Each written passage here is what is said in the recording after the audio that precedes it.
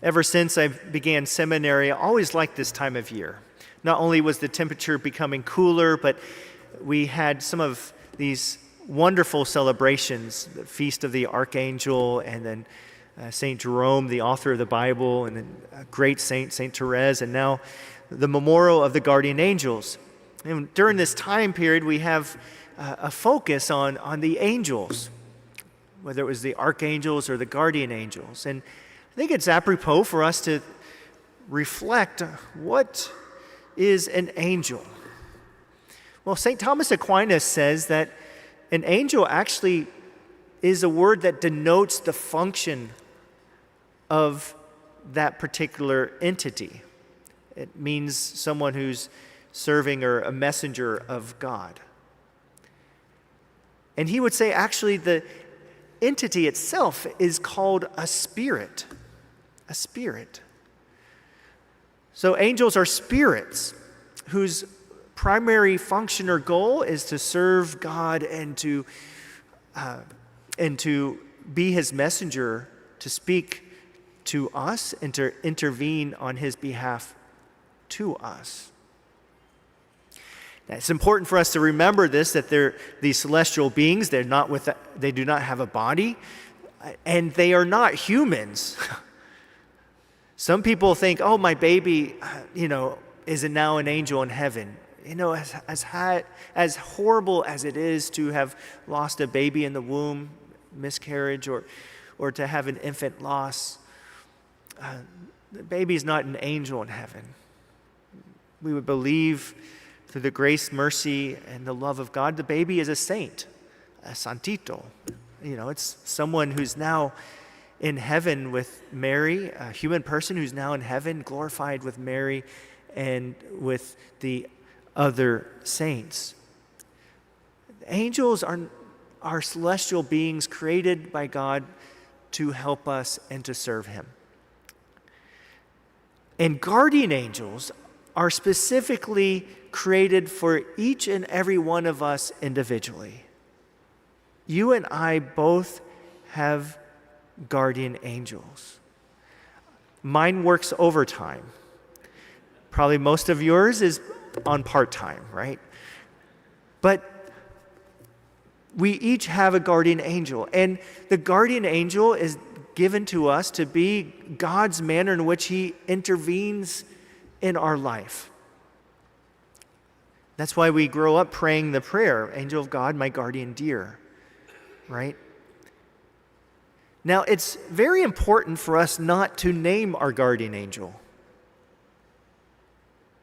Why? It's not because we don't want familiarity with our guardian angel.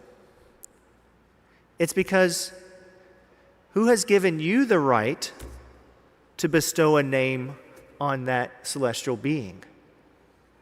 It puts you in a position of power over that being, right?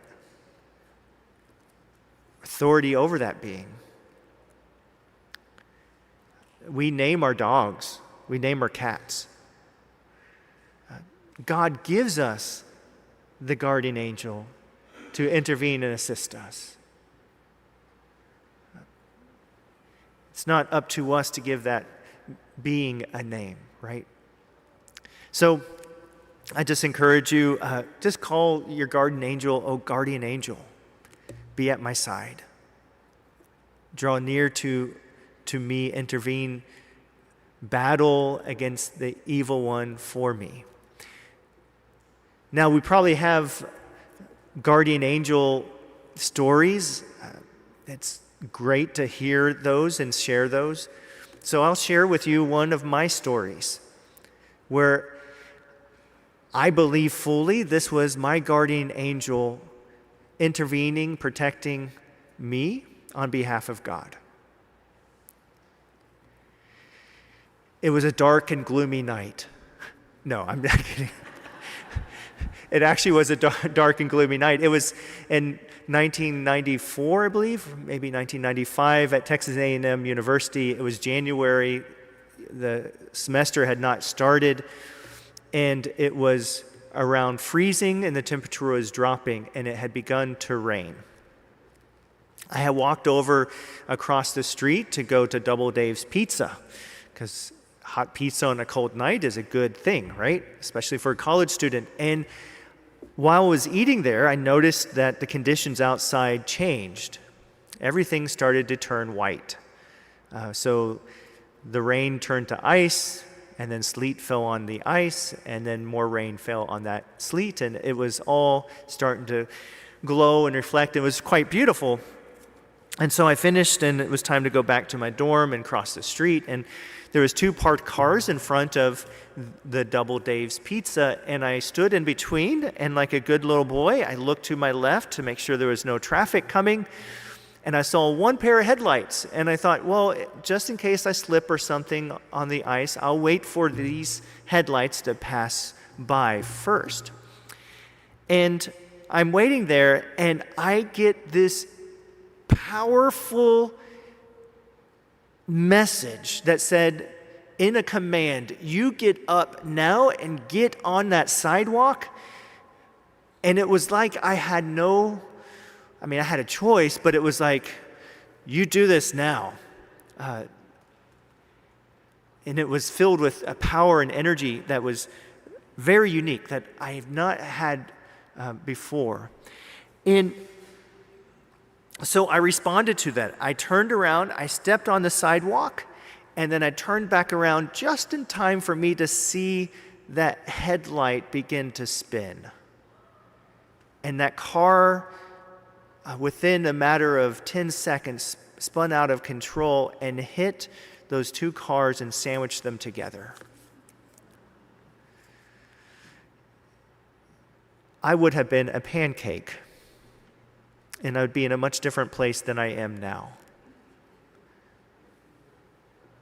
That was my guardian angel in that moment, acting on behalf of God, giving me a very firm message.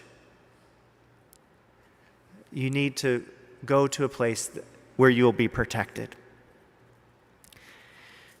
Our guardian angels are given to us so that we may stay out of harm's way. They will intervene. And they are an extension of God. They're his messenger, his entity. It's up to us to listen. I had the choice to listen to my guardian angel. I could have said no and stayed stubbornly there. Sometimes I think I have said no and bad things have happened to me. It's up to us to ask our guardian angels to draw near to us and to respond to their message, which is a message from God. And so we ask the angel of God, our guardian dear, to always be at our side and always draw near.